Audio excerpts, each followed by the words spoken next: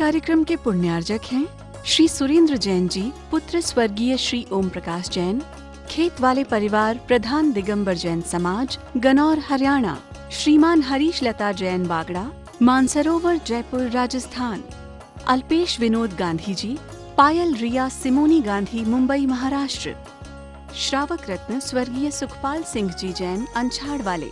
श्रीमती सरोज जैन, श्रीमती वीना जैन, श्री प्रवीण जैन, श्रीमती शेफाली जैन, श्री नवीन जैन, श्रीमती प्रीति जैन, श्री मनीष जैन, श्रीमती किरण जैन, श्री अरुण जैन, श्रीमती अलका जैन, श्री प्रवीण जैन, श्रीमती अंजू जैन, श्री नितिन जैन।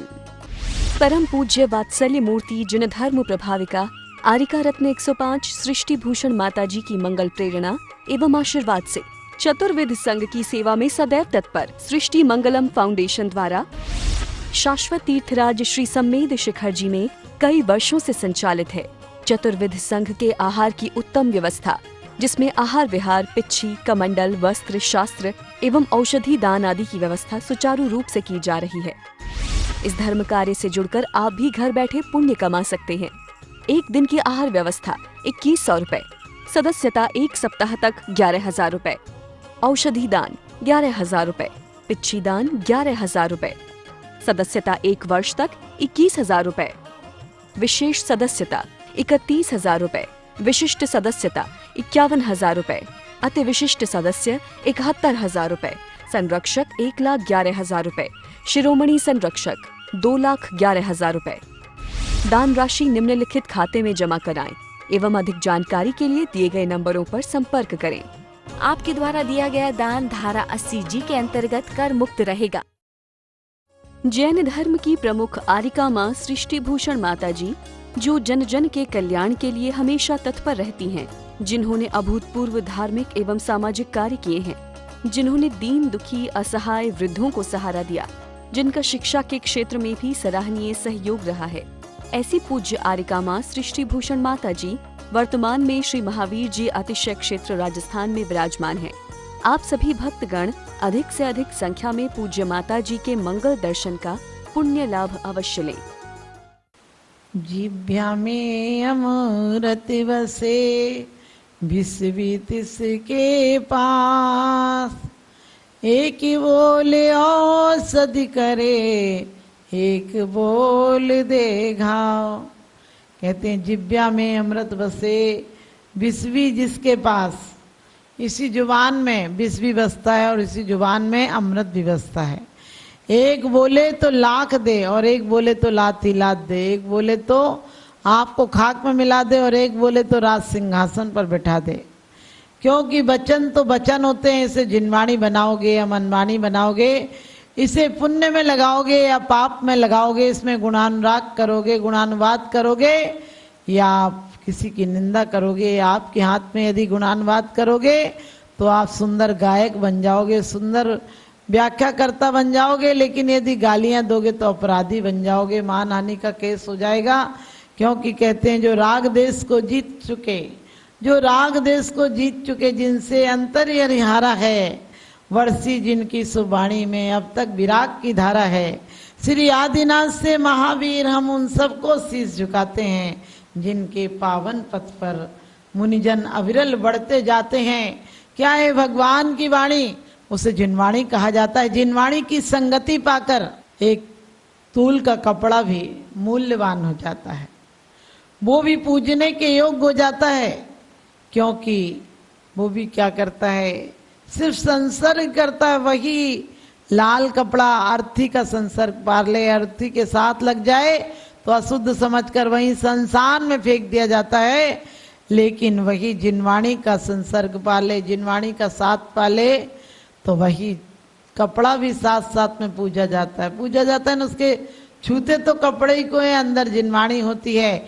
इसी प्रकार से देह को काटोगे पीटोगे तो कुछ नहीं मिलेगा, लेकिन मुनियों की वाणी को, वाणी वाणी ये लोग कहते हैं वचन से क्या होता है, वचन से वो होता है जो कोई नहीं कर सकता है। वचन हमारे लिए इसलिए कहा है मन वचन का काया, कि वचन को भी संभालो। अधिकांश आज के समय में हम पाप वचनों से करते हैं। किसी की हत्या हो रही होना चाहिए, ऐसी सजा मिलना चाहिए। अरे तुम क्यों एक हत्या का पाप लेते हो? एक पंचेंद्रीय व्यक्ति की हत्या कर दोगे, यदि वचन से भी करोगे, मन से भी करोगे, काया से भी करोगे, तो पाप आपको लगेगा। इसलिए कोशिश करो, मन से किसी की प्रशंसा करो, वचनों से किसी का गुणानुवाद करो, गुणानुराग करो। तुम गुणानुवाद तो कर देते हो, गुणानुराग नहीं करते हो। गुणानुराग करने लगो तो तुम सिद्ध बन जाओ। आज तक जितने महापुरुष हुए हैं उन्होंने क्या किया है? गुणानुराग किया है, उसके बाद वो गुणानुवाद के अधिकारी बन गए। लेकिन आज का आदमी किसी के गुण की जगह निंदा जरूर कर देगा, जबकि तत्वार सूत्र पढ़ा है उसने कि जो निंदा करता उसे नीच गोत्र का बंद होता है। फिर भी आदमी यहाँ भी नीचा हो जाता है। एक राजा के दरबार में 3 विद्वान आए और जो व्यवस्थापक मंत्री था वह कहने लगा, 3 में से 2 बैठे थे और वो एक नहाने गया था, तो उन दोनों से कहने लगा कि सुना है आप ये जो आए हैं बहुत ज्ञानी हैं जो नहाने गए हैं, क्योंकि वो तो मैंने सुना पीएचडी करी हुई है, बहुत अच्छा व्याख्यान देते हैं। तो दोनों बोले अरे व्याख्यान देते हैं तो पूरा गधा है, सिर्फ शब्द पलट लेने से थोड़ी कुछ होता है, वो तो बिल्कुल मूर्ख है, गधा है, ऐसे कहने लगे। और जब तक वो नहा कर आ गया, फिर दूसरा गया, फिर उन दोनों के सामने भी उनने कहा जो सुना है ये संस्कृत के प्राचार्य हैं, बहुत अच्छा ज्ञान है। बोले अरे काहे के ज्ञान में थोड़ा सा शब्द रट लिए तो ज्ञानी हो गया, हम लोगों के आगे तो कुछ भी नहीं, बैल है वो तो। और तीसरे के जब नहाने गया तब फिर वो दोनों कहने लगे वो तो घोड़ा है, सिर्फ दौड़ नहीं जानता है, शब्दों के ज्ञान में दौड़ रहा है, क्या करेगा, कुछ कर पाएगा क्या? अब राजा को, मंत्री को बड़ा बुरा लगा कि ये लोग ऐसा आपस का परिचय दे रहे, क्योंकि ज्ञानी तो एक दूसरे की प्रशंसा करते हैं। ज्ञानी से ज्ञानी मिले करे ज्ञान की बात, और मूर्ख से मूर्ख मिले के घूसा के लात। ज्ञानी का परिचय होता है, वो तत्व को जानता है, वो किसी बातों में नहीं उलझता है। कोई गाली दे तो भी उसे सम्मानजनक लगती है, क्योंकि वो लेता ही नहीं गलती बातें। तो वो जब तीनों की भोजन व्यवस्था का समय आया, भोजन करने का टाइम आया, तो राजा ने उन्हें एक को खल रख दी, एक को भूसा रख दिया, एक को चने रख दिए और कहा आप लोग भोजन कीजिए। वो लोग कहने लगे वो थाली में तो कुछ नहीं है। कहने लगे है दे, देखो आप गौर से देखो, आपकी मनपसंद चीज है। बोले क्यों? बोले देखो जिसने कहा था घोड़ा है उसे चने रख दिए, आप लोगों ने ही परिचय दिया था कि गधा है उसे घास रख दी, और आपने ही कहा था बैल है तो उसे खल रख दी। आप तीनों के अनुसार व्यवस्था आपकी कर दी, खाओ अब आराम से, घोड़ा बैल और गधा। तो आप भी ध्यान रखना, हम किसी के लिए यदि निंदा करते हैं तो समझ लेना हम छोटे व्यक्ति हैं, क्योंकि बड़ों को कभी किसी से ईर्ष्या नहीं होती है। बड़े तो उल्टे वो होते हैं, बड़े बड़ाई ना करें, बड़े न बोले बोल, हीरा मुख से ना कहे, बड़ो हमारो मोल। हीरा मुख से ना कहे, बड़ो हमारो मोल। क्योंकि जो बड़े होते हैं अधजल गगरी छलकत जाए, जो बड़े होते हैं बहुत गंभीर होते हैं, सहनशील होते हैं, वो ऐसी छोटी मोटी हरकत नहीं करते। उनके सामने तो बड़े से बड़ा अपराधी आ जाए तो भी उन्हें वो संत नजर आता है, क्योंकि बड़े होते हैं, जो बुद्धिमान होते हैं, वो कभी किसी की गलती को देखते ही नहीं। क्योंकि जो बुद्धि होती है वो कभी कभी भटक जाती है, अहंकार कर लेती है। जो हृदय होता है, जो आदमी की संवेदनाएं होती हैं, जो सहनशील होता है, उसे किसी की बुराई नजर नहीं आती, बुराई में भी भलाई नजर आती है। उसे तो लगता है तो महापुरुष हैं। क्योंकि आप अपने अंतर को देख लेना, यदि किसी साधु संत को, ज्ञानी को देखकर तुम्हें ये भाव हो कि वाह आप तो ये आ गए, बहुत अच्छा ज्ञान मिलेगा, इतना समय सदुपयोग में कटेगा, आहार दान का पुण्य मिलेगा, गमन का पुण्य मिलेगा, रोकने का पुण्य मिलेगा, भैया वृत्ति आदि करने का मौका मिलेगा, तो समझ लेना तुम ज्ञानी। और तुम्हारे सिलवट्टे पड़ जाएं ज्ञानी को, तपस्वी को देखकर। अब क्या करें, इनकी तपस्या करना, सेवा करना पड़ेगी, करना पड़ेगी। वहां एक कार्य हो जाएगा, वहां बोझ हो जाएगा। और जहां तुम्हारे अंदर ये भाव आएगा, सौभाग्य में इनका इतना अच्छा अवसर मिल रहा, वहीं तुम्हारा पुण्य बंध चालू हो जाएगा। क्योंकि द्रौपदी आदि के जीव ने पूर्व जन्म में क्या किया था, आहार देना पड़ेगा ऐसा भाव आया था, और आहार क्रोध में दे दिया। जिम्मेदारियों में दे दिया और उसका परिणाम 10 भव तक भोगना पड़ा। आप भी कभी भूल कर ऐसा मत कर देना, अब करना पड़ेगा। लोग कहते हैं व्यवस्था करनी पड़ेगी। लोग साधुओं को देखकर ये कह देते हैं व्यवस्था करनी पड़ेगी। अरे घर घर चौका हो जाए, शुद्ध खाना खाओ, जैसा खाओ अन्न वैसा होगा मन। त्यागियों के नाम से तुम भी शुद्ध खा लो तो तुम्हारा जीवन पवित्र हो जाएगा। लेकिन आज का आदमी अशुद्ध खा रहा है, अशुद्ध बोल रहा है, अशुद्ध चल रहा है, अशुद्ध आचरण कर रहा है और उसके बाद चाहता है कि उसके घर में सुख शांति हो जाए। हमें कभी भी एक ही बार यदि किसी ने क्रोध से अवहेलना कर दी तो आपको पता है, चाहे वो द्रौपदी हो, चाहे सीता हो, चाहे कोई भी महासतियां हो, एक बार भूल से अवहेलना कर दी त्यागियों की, जिनवाणी की और या देव की, तो कितने भवों तक मिथ्यात के कारण दुर्गतियों में घूमना पड़ा। आप चाहते हैं कि आपके जीवन में कभी ऐसी घटना ना घटे तो आप कभी भी अपने जुबान से किसी की निंदा मत करना। कहते हैं रहीमन जिब्या बावरी, कह गई तू पाताल और जूता तो सर पर पड़े और तू तो अंदर लाल। कि वास्तव में जिब्या ऐसी होती है जो अपने आप बोलकर अंदर हो जाती है और सिर पर जूते पड़ते हैं। एक बार दांत ने जिब्या से कहा तू कुछ काम भी करती है, अकेले खाती खाती है, चटकारे लेती है। हम लोग इतनी मेहनत करते हैं, चबाते हैं, पीसते हैं, बिल्कुल मैस करते हैं, तब अंदर जाता है और तू सिर्फ चटकारे लेती है। उसने कहा ज्यादा मत बोल। बोले तू कर क्या लेगी, एक बार दबा देंगे तो तेरी टुकड़े टुकड़े हो जाएंगे।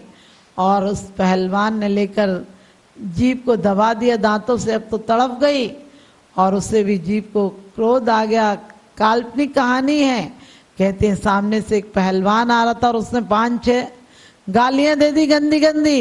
बस फिर क्या था, पहलवान को क्रोध आया और उसने एक मुक्का दिया और 32 नीचे पड़ी थी। जिब्या ने कहा मैं मुलायम जरूर हूं लेकिन जब विपरीत हो जाती हूं तो तेरी औकात बता दी। तो दांत अहंकार कर रहा था ना कि तू क्या करती है, मैं मुलायम हूं, नम्र हूं, लेकिन मौके पर यदि कोई मुझे दुख दे तो फिर मैं दिखा देती हूँ अपना करिश्मा भी। और आपको पता है इसी प्रकार से हमारे जिब्या में यदि कोमलता है तो जिब्या जन्म से आती है, बुढ़ापे तक रहती है। और दांत आते हैं तो कष्ट देते हैं, जाते हैं तो पस्त कर जाते हैं। तो आप लोग भी अपनी जिब्या को मुलायम बनाएं, अपने हृदय को मुलायम बनाएं, अपनी वाणी में नम्रता लाएं और वाणी से एक दिन आपकी वाणी जिनवाणी में परिवर्तित हो जाए। जनवाणी और मनवाणी ना हो जाए, आपकी वाणी जिनवाणी हो जाए। और जिनवाणी के कहे अनुसार एक कदम भी बढ़ाओगे तो तुम एक दिन परमात्मा हो जाओगे। आप सब परमात्मा बने, आप सबकी वाणी जिनवाणी बने। हमारा ऐसा सुभाषिस आप सब भी अपनी वाणी को हित मित प्रिय बोलें ताकि आपके घर परिवार और समाज की टेंशन आपकी मुक्त हो जाए। आप सब ऐसा ही मेरा सुभाषिस। मंगलम बन के संगठन देता यह पैगाम है। सृष्टि मंगलम बन के संगठन देता यह पैगाम है। संघ चतुर्वेद की सेवा श्रावक का धर्म प्रधान है। संघ चतुर्वेद की सेवा श्रावक का धर्म प्रधान है। सृष्टि भूषण जी की प्रेरणा का ये शुभ परिणाम है। सृष्टि भूषण जी की प्रेरणा का ये शुभ परिणाम है। संघ चतुर्वेद की सेवा श्रावक का धर्म प्रधान है। संघ चतुर्वेद की सेवा श्रावक का धर्म प्रधान है।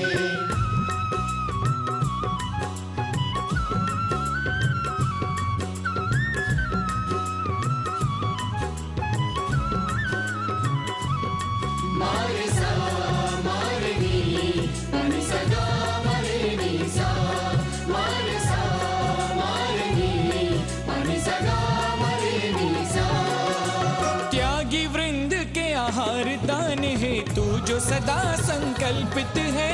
वर्षों से संकल्पित है। आदिनाथ सृष्टि आदर्श सेवा समिति संचालित है। सेवा समिति संचालित है। सम्मेद शिखर में शोभित साधु सेवा में समर्पित। सम्मेद शिखर में शोभित साधु सेवा में समर्पित।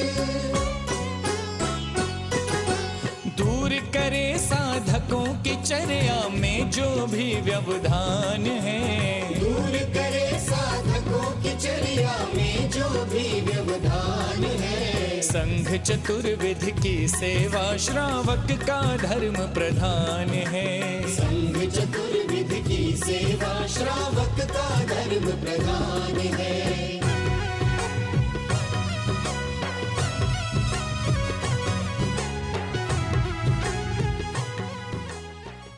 परम पूज्य वात्सल्य मूर्ति जिन धर्म प्रभाविका आरिका रत्न 105 सृष्टि भूषण माताजी की मंगल प्रेरणा एवं आशीर्वाद से चतुर्विध संघ की सेवा में सदैव तत्पर सृष्टि मंगलम फाउंडेशन द्वारा शाश्वत तीर्थराज श्री सम्मेद शिखर जी में कई वर्षों से संचालित है चतुर्विध संघ के आहार की उत्तम व्यवस्था, जिसमें आहार विहार, पिच्छी, कमंडल, वस्त्र, शास्त्र एवं औषधि दान आदि की व्यवस्था सुचारू रूप से की जा रही है। इस धर्म कार्य से जुड़कर आप भी घर बैठे पुण्य कमा सकते हैं। एक दिन की आहार व्यवस्था 2100 रुपए, सदस्यता 1 सप्ताह तक 11,000 रुपए, औषधि दान 11,000 रुपए, पिच्छी दान 11,000 रुपए, सदस्यता 1 वर्ष तक 21,000 रुपए, विशेष सदस्यता 31,000 रुपए, विशिष्ट सदस्यता 51,000 रुपए, अति विशिष्ट सदस्य 71,000 रुपए, संरक्षक 1,11,000 रुपए, शिरोमणि संरक्षक 2,11,000 रुपए। दान राशि निम्नलिखित खाते में जमा कराएं एवं अधिक जानकारी के लिए दिए गए नंबरों पर संपर्क करें। आपके द्वारा दिया गया दान धारा 80G के अंतर्गत कर मुक्त रहेगा। इस कार्यक्रम के पुण्यार्जक हैं श्री पुष्प कुमार रारा, श्रीमती पुष्पा देवी रारा, श्री विकास रारा, जया रारा, श्री ऋषभ रारा, प्रियांशी रारा, मंजुश्री, पूना बाजार, इम्फाल, मणिपुर। स्वर्गीय बाबूजी डॉक्टर श्री लाजपत राय जी जैन सपरिवार, जंगपुरा, दिल्ली।